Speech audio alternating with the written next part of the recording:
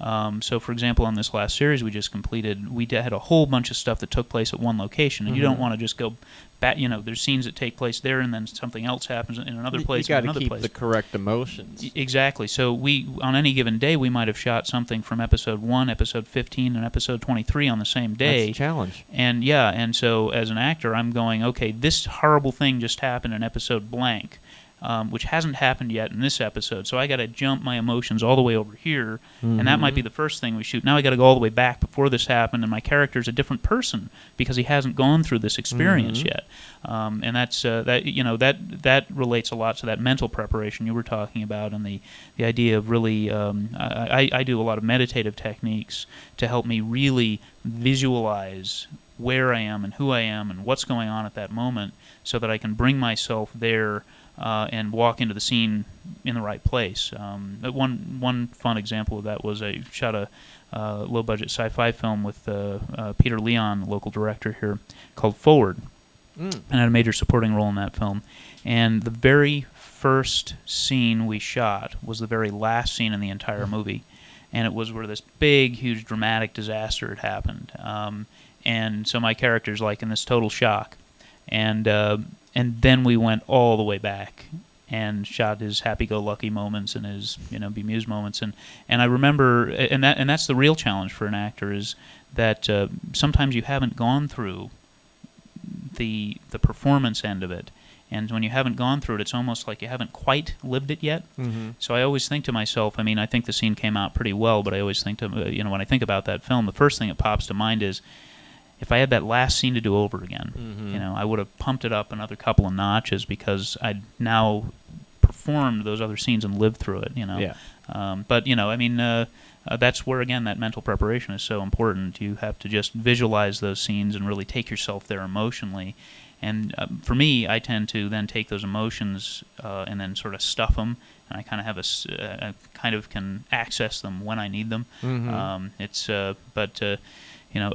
that leads also to that's why it's also very important on a film set that actors have a controlled environment, because they need the time to get into that next scene.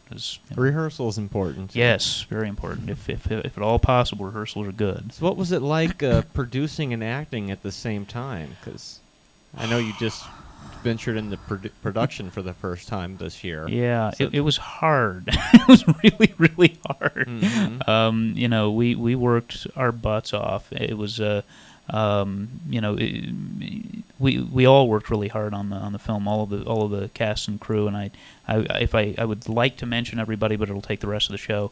You can we'll be publicizing everybody quite a lot over the next few months, and everyone will know who everybody is. Hopefully, everyone in the world. Anyway, I'll speak for me. It was very difficult because I didn't have that preparation time a lot of the time. I would be doing a really dramatic scene as a character in the show, but I was up all night the night before taking care of those last-minute details or the latest, people who don't do film don't realize there's usually like a disaster of the week that you have to solve. There's all these all these pieces that have to work for the next shoot day, and we had several disasters a week, so I would be up, till like 4 o'clock in the morning. Call time was 9, and then I get to the set, and I've had no time to go over my lines, which is so not me.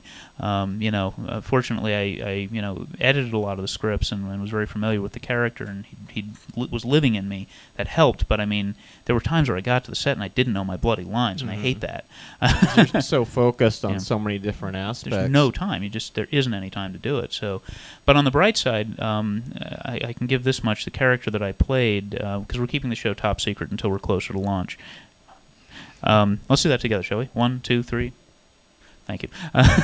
The character that I played tended to have anger issues and was kind of crabby and tired all the time. Those. See, we wrote these scripts over a year ago. I tend to forget what they're about sometimes, so it'll be new to me too. So since I was half asleep most of the time on the set and crabby and trying desperately to just be nice to everybody, I could just use that for the character and then be nice as me. So that helped a little bit.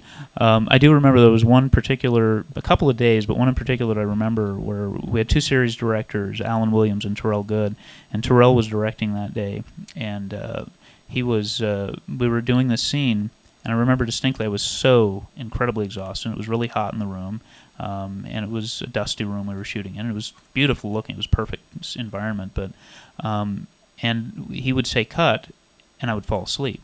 And then he'd say action, and I remember distinctly several times I would wake up, where am I? Oh yeah, and then I'd go into my role. Wow. and it played all right. Yeah, the character's overworked. Yeah. So, but I mean, you won't see that on the screen. You won't see me fall asleep on the screen because they'll take it from the part where I woke up. But there were several times where it was just like I was so wiped out that there was a moment of silence and down I went. So wow.